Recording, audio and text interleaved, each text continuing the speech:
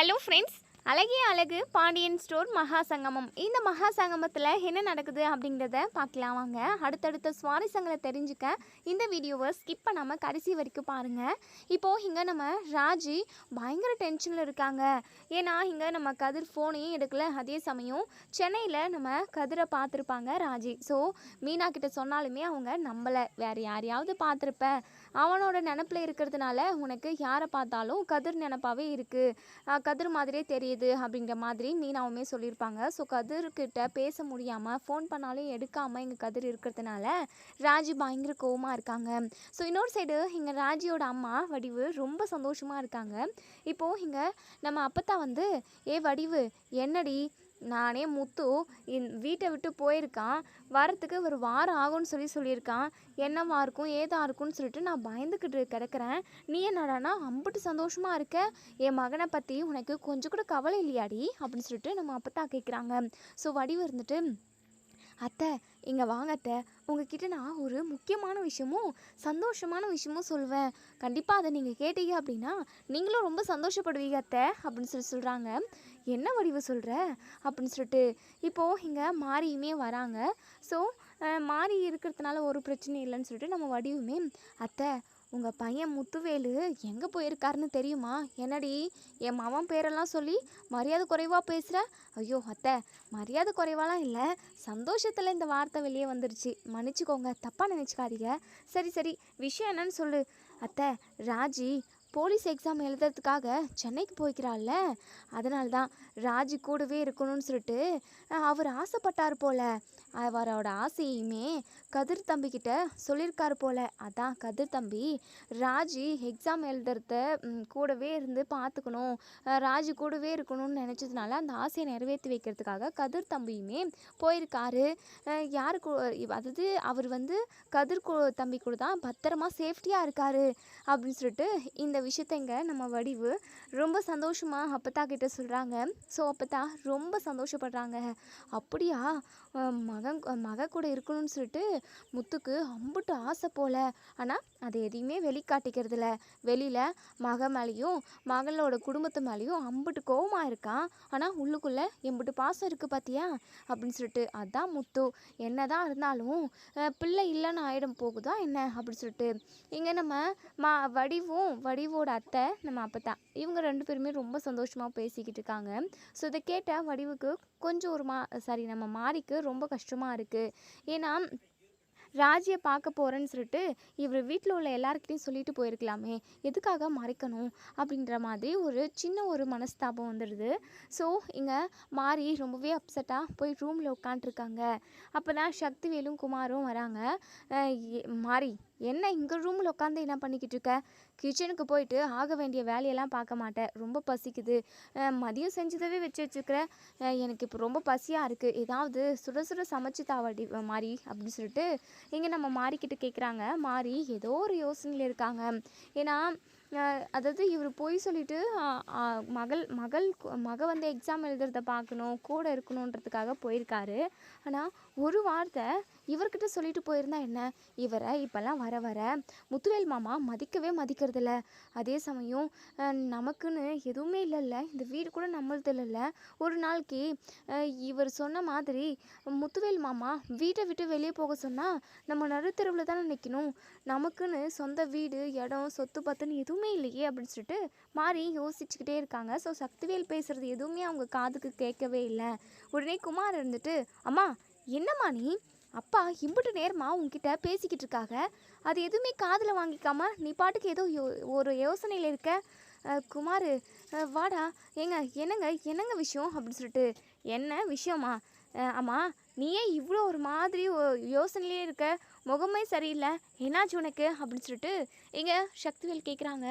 அதெல்லாம் ஒன்றும் இல்லைங்க மாறி, நீ எப்போவுமே இப்படி இருந்தது கிடையாது, ஒழுங்காக என்னன்னு சொல்ல போறியா இல்லை நடக்கிறதே வேறு அப்படின்னு சொல்லிட்டு சக்திவேல் கோவமாக கேட்குறாங்க. ஸோ உடனே இங்கே மாறி இருந்துட்டு, ஏங்க அது வந்துங்க முத்துவேல் மாமா ஒரு வாரம் வெளியே போயிட்டு வரதா சொன்னாங்க இல்லையா, அவங்க எங்கே போயிருக்காங்கன்னு எனக்கு தெரியுங்க அப்படின்னு சொல்லிட்டு. என்ன சொல்கிற மாதிரி, உனக்கு தெரியுமா? உங்ககிட்ட மட்டும் சொல்லிட்டு போகிறாரா அண்ணன் அப்படின்னு சொல்லிட்டு.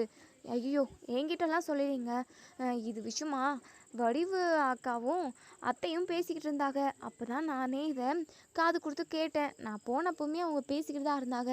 ஆமாம், அண்ணன் எங்கே போயிருக்கு, எதுக்காக போயிருக்கு அப்படின்னு சொல்லிட்டு எங்கே நம்ம சக்திவேல் கேள்வி மேலே கேள்வி கேட்குறாங்க. உடனே மாறி இருந்துட்டு, ஏங்க இதை சொன்னேன் அப்படின்னா நீங்கள் அதாவது கோவப்படுவீங்க, டென்ஷன் ஆவீங்க அப்படின்னலாம் சொல்கிறாங்க.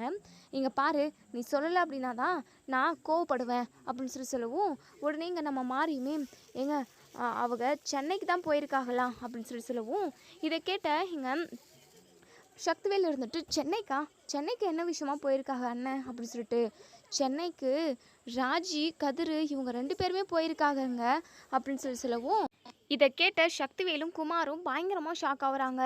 என்ன சொல்கிற மாதிரி அப்படின்னு சொல்லிட்டு, ஆமாங்க, இது வடிவக்கா தான் சொன்னாங்க. ராஜி போலீஸ் எக்ஸாம் எழுதுறாள்ல, அதனால உங்கள் அண்ணனுக்கு கூடவே இருக்கணும் அப்படின்னு சொல்லிட்டு ஆசை வந்திருக்கு போல். அந்த ஆசையை மருமக பிள்ளைக்கிட்ட சொல்லியிருக்காங்க. மருமகனும் மாமனாரோட ஆசையை நிறைவேற்றி வச்சுருக்காங்க. இப்போது 1 வாரம் கழித்து தான் வருவேன்னு சொல்லிட்டு உங்கள் அண்ணன் சொல்லிட்டு போனாங்க. அதுக்கு காரணம் இதுதாங்க அப்படின்னு சொல்லிட்டு, ஓ இதுதான் சங்கதியா அப்படின்னு சொல்லிட்டு, குமார் பாத்தியா குமார், இது விஷயமா நம்மக்கிட்ட சொல்லிட்டு போயிருந்தா என்ன, நம்ம என்ன போக வேண்டான்னு சொல்லியிருப்போமா என்ன? இல்லைல்ல, நம்மக்கிட்ட மறைச்சிட்டு போகிற அளவுக்கு அண்ணனுக்கு தைரியம் வந்திருக்கு. அது மட்டும் இல்லாமல் கதிருக்கும் ராஜிக்கும் பெருசாக அண்ணன் ஏதோ செய்கிறாரு, அதுதான் என்னன்னே கண்டுபிடிக்க முடியல. உடனே இங்கே நம்ம மாறியுமே, ஏங்க நீங்கள் சொல்கிறதும் கரெக்டு தாங்க, முத்துவேல் மாமாவோட நடவடிக்கை எதுவுமே சரியில்லை. அது மட்டும் இல்லாமல் வீட்டுக்கு தெரியாமல் நிறைய விஷயத்த அவங்க செய்கிறாங்க. அது மட்டுமா, அதாவது கதிர் தம்பிக்கும் ராஜிக்கும் ஏதாவது மிக பெருசாக அவங்க கொடுக்குறாங்களோன்னு எனக்கு தோணுது. 1 வாரம் வரைக்கும் அவங்க அதாவது அவங்க எல்லாருமே சென்னையில் என்னங்க பண்ணுவாங்க, 1 நாள் 2 நாள் எக்ஸாம் முடிஞ்சதும் மறுநாள் திரும்பி வர வேண்டியது தான். ஆனால் 1 வாரம்னா ஏதோ ஒரு தில்லுமுள்ளு நடக்குது. ஏங்க அடிக்கடிக்கு நீங்கள் தான் சொல்லிக்கிட்டே இருப்பீங்க, ஏதாவது சண்டை வந்து என் அண்ணன் மட்டும் வீட்டை விட்டு வெளியே போக சொல்லிட்டா நம்ம எல்லாருமே நடுத்தெருவில் தான் நிற்கணும், நமக்கு சொத்து பத்து வீடுன்னு எதுவுமே இல்லை. அது மட்டும் இல்லாமல் சாப்பாட்டுக்கு கூட பிச்சை எடுக்கிற நிலமை வந்துடும்னு சொல்லிட்டு அடிக்கடிக்கு சொல்லிக்கிட்டே இருப்பீங்க. ஆனால் நான் நினச்சேன் முத்துவேல் மாமா இப்படி பண்ண மாட்டாங்கன்னு சொல்லிட்டு நான் மனசுக்குள்ளே நினச்சேன். ஆனால் இப்போ நடக்கிற சுச்சுவேஷனை பார்த்தா எனக்கு என்னமோ இப்போ இருக்கிற சூழ்நிலைக்கு கண்டிப்பாக அவங்க எல்லாருமே ஒன்று சேர்ந்து நம்மளை எல்லாருமா, அதாவது உங்களை, என்னைய, குமார், நம்ம 3 பேரையுமே வீட்டை விட்டு துரத்திட்டா என்ன பண்ணுறதுன்னு சொல்லிட்டு ஒரு யோசனை வந்துருச்சுங்க. அதை பற்றி தான் யோசிச்சுக்கிட்டு இருந்தேன். இப்போயாவது நான் சொல்கிறது நடக்குதே, நான் சொல்கிறது கரெக்டுன்னு சொல்லிட்டு உங்களுக்கு புரியுதே, இதுவே போதும் குமார், இதை நம்ம இப்படியே விட்டுறக்கூடாது. அண்ணன் சென்னைக்கு போயிட்டு ராஜி எங்கெல்லாம் கூட்டிகிட்டு போகிறாங்க, அவங்களுக்கு என்னெல்லாம் பண்ணுறாங்கன்றத நாம் தெரிஞ்சுக்கணும். வா குமார், நம்ம இப்போவே போவோம். அப்பா, அங்கே அவங்க எங்கே இருக்காங்களோ தெரியல, நம்ம எங்கேப்பா தேடி கண்டுபிடிக்க முடியும்? இங்கே பாரு, எனக்கு ஒருத்தவங்க தெரியும், அவங்க மூலமாக அவங்கள நம்ம கண்டுபிடிச்சிடலாம். அண்ணனுக்கு நம்ம ஃபோன் பண்ணுவோம், ஃபோனை ட்ரேஸ் பண்ணுறவங்கள எனக்கு நல்லாவே தெரியும். அவங்கக்கிட்ட நான் கால் பண்ணி அந்த நம்பர் எந்த இடத்துல இருக்குதுன்னு சொல்லிட்டு ட்ரேஸ் பண்ணோம் அப்படின்னா கண்டிப்பாக அண்ணன் இருக்கிற இடத்த நம்ம கண்டுபிடிச்சிடலாம். ஈஸியாக அவங்க இருக்கிற இடத்த கண்டுபிடிச்சி அவங்க என்ன வேலை பார்க்குறாங்க, நமக்கு தெரியாமல் என்ன ரகசியமாக பிளான் பண்ணுறாங்கன்றத நம்ம கண்டுபிடிச்சிடலாம் அப்படின்னு சொல்லிட்டு, சரிங்கப்பா நம்ம இப்போவே கிளம்பி போவோம் அப்படின்னு சொல்லிட்டு எங்கள் சக்திவேலும் குமாரும் சென்னைக்கு கிளம்பி வந்துக்கிட்டு இருக்காங்க. ஸோ இன்னொரு சைடு இங்கே நம்ம அதாவது ரேவதியோட ஹஸ்பண்ட் தங்கராஜ், இவங்க 2 பேருமே இன்னுமே தீம் பார்க்கு வரவே இல்லை. நம்ம பாக்கியராஜ் இருந்துட்டு மலர் இன்னுமே ரேவதியோட வீட்டுக்காரரும் வரவே இல்லை, நீ ஃபோன் பண்ணி பார்க்குறியா அப்படின்னு சொல்லிட்டு, சரிங்க அப்படின்னு சொல்லிட்டு நம்ம மலர் வந்து ரேவதிக்கு கால் பண்ணுறாங்க. ரேவதியுமே கால் அட்டன் பண்ணவே பண்ணுறதில்ல. ஏன்னா நம்ம ரேவதி ரொம்ப ஆசையாக இருந்திருப்பாங்க, தன்னோட ஃபேமிலி கூட டீம் பார்க் போயிட்டு ரெசார்ட்டு போயிட்டு ஜாலியாக என்ஜாய் பண்ணலாம் அப்படின்னலாம் யோசிச்சு வச்சுருந்துருப்பாங்க. வேணும்னே பிரச்சனை பண்ணணுன்றதுக்காகவே இங்கே தங்கராஜ் வந்து நான் கூட்டிகிட்டு போக முடியாது, எனக்கு அவங்க சொன்னதா ஞாபகமே இல்லை, எனக்கு மிகப்பெரிய வேலை இருக்குதுன்னு சொல்லிட்டு சீன் போட்டுக்கிட்டு இருப்பாங்க. ஸோ ஃபோன் எடுத்து நம்ம என்ன பதில் சொல்லுவோம், அவங்களுக்கு என்ன சொல்லி புரிய வைப்போம், நம்ம இப்போ போகிறோங்களா என்னன்னு கூட தெரியலையே, இவர் வேற இப்படி பண்ணிக்கிட்டு இருக்காரு, இவர் கூட்டிகிட்டு போவாரா என்னன்னு கூட தெரியலையே அப்படின்னு சொல்லிட்டு இங்கே ரேவதி ரொம்பவே டென்ஷனில் இருக்காங்க. இன்னொரு சைடு இங்கே நம்ம மலர் இருந்துட்டு பாக்கியராஜ் கிட்ட ஏங்க ரேவதி ஃபோனே எடுக்கலைங்க. மலர் இது மாப்பிள்ளைக்கு ஃபோன் பண்ணலாம் அப்படின்னா கூட நம்மளை மதித்து பேசவே மாட்டாங்க மலர். என்ன பண்ணுறதுன்னு தெரியல. ஏங்க நீங்கள் உங்கள் அப்பாக்கிட்டேயும் உங்கள் அம்மாக்கிட்டேயும் சொல்லுங்கள். உங்கள் அப்பாவும் உங்கள் அம்மாவும் ஃபோன் பண்ணி கூப்பிட்டாங்க அப்படின்னா அதாவது வருவாங்க. அதாவது எப்படியும் கிளம்பிட்டதா ஏற்கனவே சொல்லியிருந்தா ரேவதி. என்னன்னு தெரியல, இப்போ வரைக்குமே வந்து சேரல. நீங்கள் ஃபோன் பண்ண சொல்லுங்கள் அப்படின்னு சொல்லிட்டு பாக்கியராஜுமே அவங்க அப்பா அம்மா கிட்ட போய் சொல்கிறாங்க. உடனே இங்கே பாக்கியராஜோட அப்பா இருந்துட்டு இங்கே தங்கராஜுக்கு கால் பண்ணுறாங்க. உடனே தங்கராஜுமே கால் அட்டன் பண்ணி சொல்லுங்க மாமா அப்படின்னு சொல்லிட்டு, என்ன மாப்பிள்ள இன்னுமே நீங்கள் கிளம்பி வரவே இல்லை, என்ன பண்ணிக்கிட்டு இருக்கீங்க அப்படின்னு சொல்லிட்டு. உடனே இங்கே எங்கே மாமா எங்கே வர சொல்கிறீங்க அப்படின்னு சொல்லிட்டு, என்ன மாப்பிள்ள எதுவும் தெரியாத மாதிரி கேட்குறீங்க, பின்ன சொன்னால் தானே தெரியும் மாமா, எனக்கு எதுவும் தெரியலையே அப்படின்னு சொல்லிட்டு. மாப்பிள்ள அன்னைக்கு தானே நாங்கள் சொல்லியிருந்தோம் டீம் பார்க் ரெசார்ட்னு போயிட்டு எல்லாருமே ஜாலியாக இருக்கலாம்னு சொல்லிட்டு பிளான் பண்ணியிருந்தோமே, இது விஷயமா நாங்கள் உங்ககிட்ட கூட பேசணுமே அப்படின்னு சொல்லிட்டு. ஓ அப்படியா மாமா, எனக்கு ஞாபகமே இல்லை, நீங்கள் சொன்னதா எனக்கு ஞாபகம் இல்லை மாமா. அதான் நான் வரல மாமா. நான் இப்போது ஒரு வேலை விஷயமா ஒரு கட்ட பஞ்சாயத்து இருக்குது, அதை முடிக்கணுன்றதுக்காக அங்கே போய்கிட்டு இருக்கேன் அப்படின்னு சொல்லிட்டு. இதை கேட்டால் அவங்க மாமனார் இருந்துட்டு, என்ன மாப்பிள்ள நீங்கள் இப்படி பண்ணிட்டீங்களே, நீங்கள் வருவீங்கன்னு சொல்லிட்டு எல்லாருமே வெயிட் பண்ணிக்கிட்டு இருக்காங்க, கடைசி நேரத்தில் நீங்கள் இப்படி சொல்கிறீங்களே அப்படின்னு சொல்லிட்டு. என்ன மாமா நீங்கள் தெளிவாக வர சொல்லியிருந்தா நான் வந்திருக்க மாட்டேனா, நீங்கள் ஏதோ சொன்னதாக கூட எனக்கு ஞாபகமே இல்லையே அப்படின்னு சொல்லிட்டு இங்கே தங்கராஜ் வந்து சொல்கிறாங்க. சரிங்க மாப்பிள்ள இப்போயாவது நீங்கள் ரெடியாகி வரலாம்ல, நாங்கள் வெயிட் பண்ணுறோம் அப்படின்னு சொல்லிட்டு. எதுக்காக மாமா, நீங்கள் பாருங்கள் மாமா, நீங்கள் ஜாலியாக இருங்க, இந்நேரத்துக்கு நாங்கள் எப்போ வர்றது அப்படின்ற மாதிரிலாம் சொல்லி மழுப்புறாங்க. ஸோ சரிங்க மாப்பிள்ள பாருங்க அப்படின்னு சொல்லிட்டு ஃபோனை வச்சிடுறாங்க. உடனே இங்கே நம்ம ரேவதிக்கு நம்ம மலர் வந்து திரும்பவும் கால் பண்ணிக்கிட்டே இருக்காங்க. இப்போது பாக்கியராஜோட அப்பா இருந்துட்டு பாக்கியராஜ்கிட்ட அவங்க வரலையாப்பா, ஏதோ வேலை இருக்கா அப்படின்ற மாதிரி சொல்கிறாங்க. என்ன சொல்கிறீங்கப்பா, இப்போவாச்சு வந்து கலந்துக்க சொல்லுங்கள் அப்படின்ற மாதிரி. நானும் கூப்பிட்டேன் பாக்கியராஜ், அவங்க வர முடியாதுன்னு சொல்லிட்டாங்க. சரி விடு, இன்னொரு நாளைக்கு பார்த்துக்கலாம் அப்படின்னு சொல்லிட்டு. இப்போது இங்கே பாக்கியராஜ் ரொம்பவே ஃபீலிங்காக இருக்காங்க. உடனே மலர்கிட்ட வந்து மலர் ரேவதியோட வீட்டுக்காரரும் வரலையா அப்படின்னு சொல்லிட்டு. ஏங்க ரேவதி வருவான்னு சொல்லிட்டு நான் ரொம்ப சந்தோஷமாக இருந்தேன், இப்போன்னு பார்த்து இப்படி சொல்கிறாங்களா, வேணும்னே தங்கராஜ் அண்ணன் கூட்டிகிட்டு வந்திருக்க மாட்டாங்க, அன்றைக்கே நம்ம அவங்கக்கிட்ட சொன்னோம்ல, சொன்னதை மறந்துட்டு சொல்லவே இல்லைன்ற மாதிரி சொல்லிக்கிட்டு இருக்காங்க, இதெல்லாம் ரொம்ப தப்புங்க, பாவம் ரேவதி அப்படின்னு சொல்லிட்டு மலர் ரொம்பவே ஃபீல் பண்ணுறாங்க.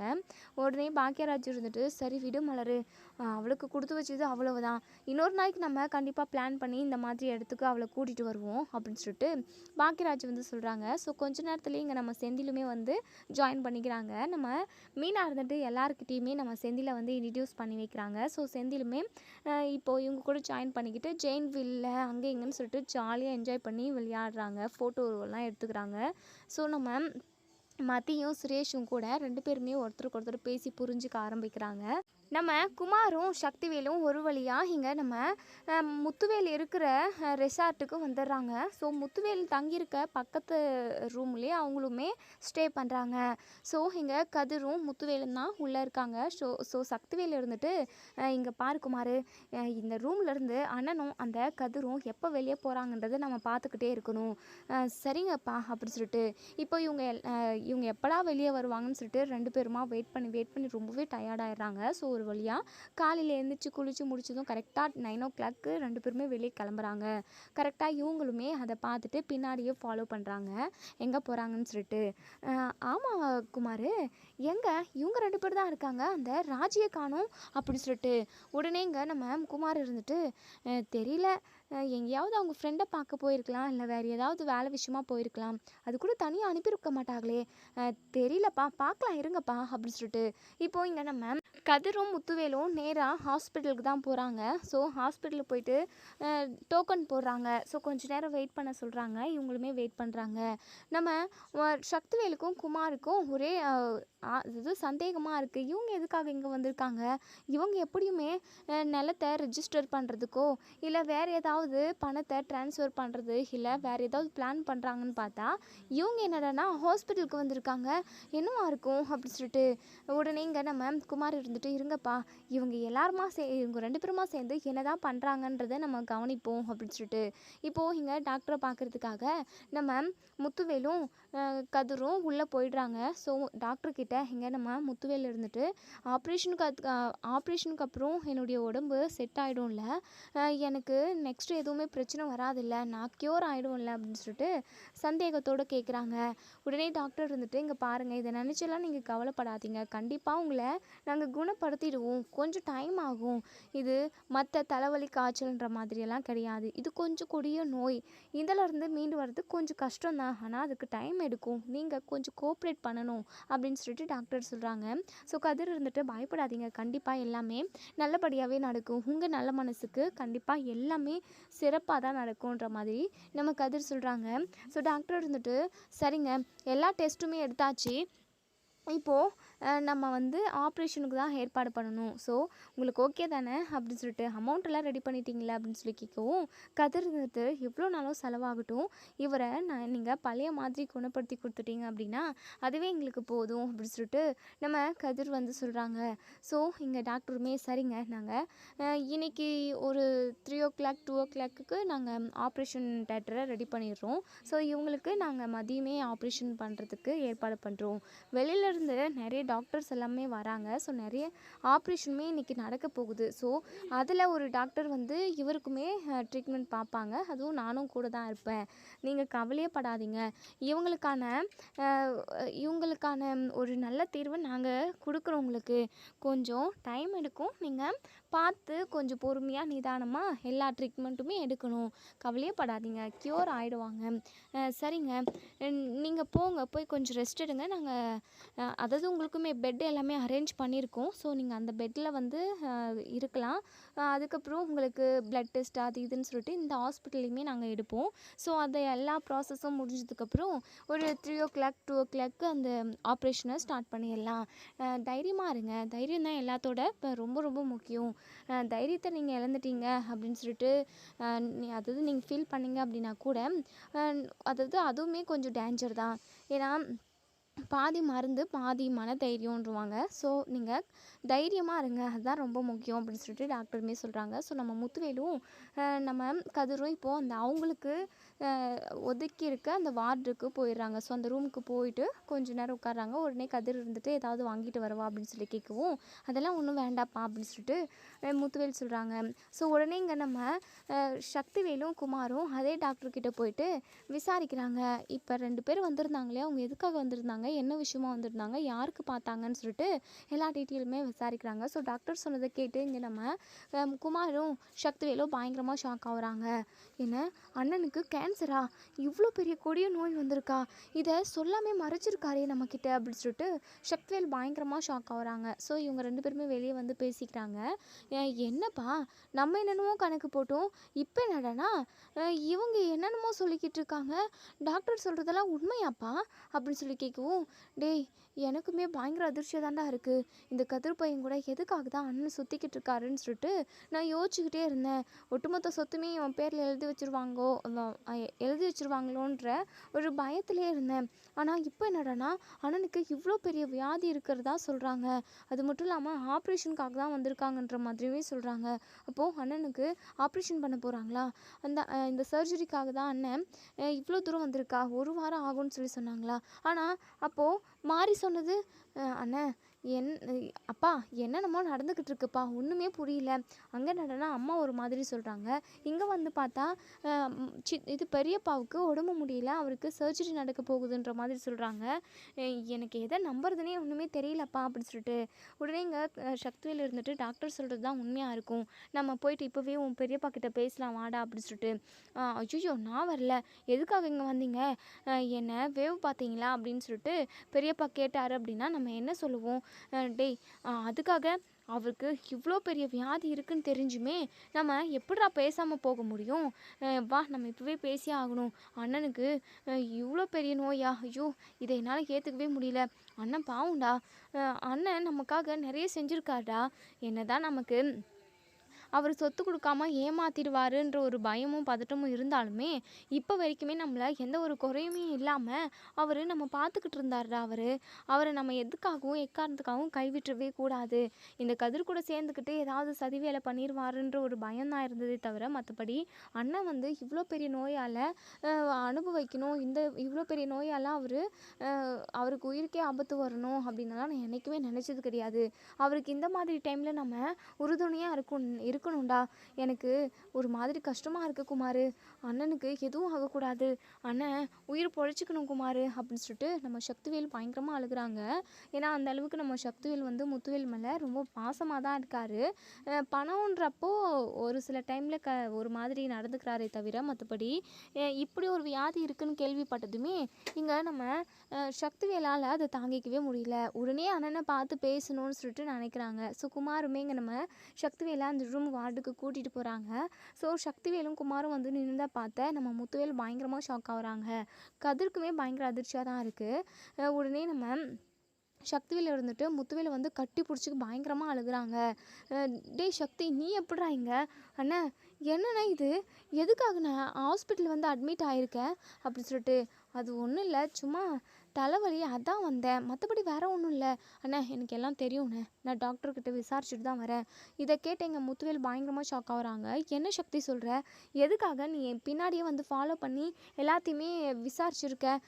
இங்கே பாரு சக்தி, இதெல்லாம் ரொம்ப தப்பு அப்படின்னு சொல்லிட்டு. அண்ணே அதெல்லாம் அப்புறம் பேசிக்கலாண்ணே. எதுக்காகண்ணே இவ்வளோ பெரிய வியாதி இருக்குது அப்படின்றத நீ என்கிட்ட சொல்லவே இல்லை. அண்ணே நான் போய் உன்னை கேவலமாக நினச்சிருவானே, உன்னை நான் ஒதுக்கி விட்டுருவோன்னு சொல்லிட்டு இப்படியெல்லாம் பண்ணுறியாண்ணே? அண்ணா நான் எப்படி நான் இப்படிலாம் பண்ணுவேன்? டே சக்தி, அதெல்லாம் ஒன்றும் இல்லைடா.